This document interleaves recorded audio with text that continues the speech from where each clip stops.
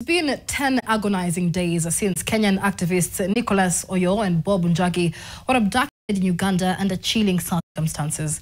While in Kampala to support opposition leader Bobi Wine's presidential campaign, their vehicle broke down at a petrol station. But what followed was nothing short of a nightmare. Armed men in plain clothes forcibly seized the two activists and vanished into the night. Now, 10 days later, Oyoo's family is left in anguish, pleading for action. They are calling on both the Kenyan and Ugandan governments to intervene and secure their safe release. But as time slips by, their hope for justice grows even more desperate, as NTV's Ashley Atieno now reports. Inside this house, the television stays off. The laughter that once filled these walls now sits heavy in the air, replaced by whispers, prayers, and waiting. 10 days have passed since Nicholas Oyoo disappeared in Uganda.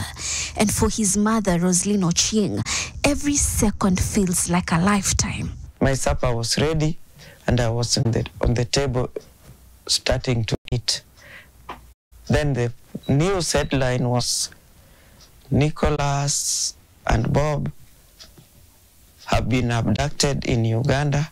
I even saw that petrol station when the media showed it. Nicholas, along with fellow activist Bob Njagi, had traveled to Uganda to support Bobi Wine, the presidential aspirant. What should have been a routine trip quickly turned into a nightmare. On October 1st, their vehicle broke down at a petrol station.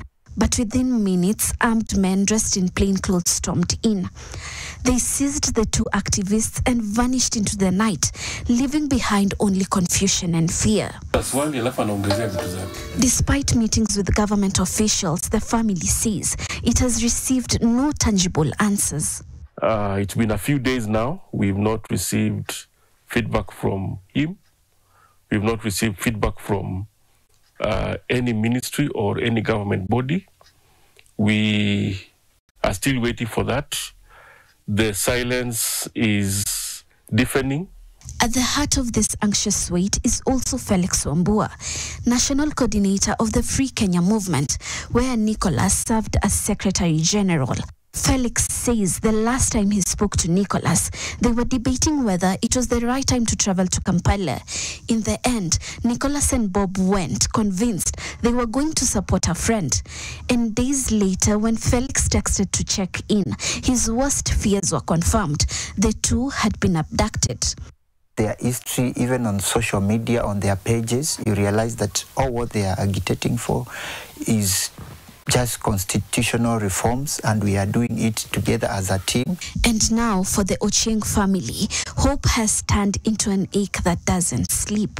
We are very distraught, and we are kindly appealing and pleading to the government of Kenya, in collaboration with the government of Uganda, to return my brother. In this home, silence has become the loudest, a silence that speaks of fear, uncertainty, and unanswered questions.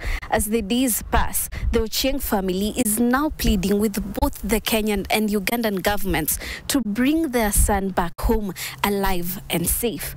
Ashley Atieno reporting for NTV from Buruburu, Nairobi.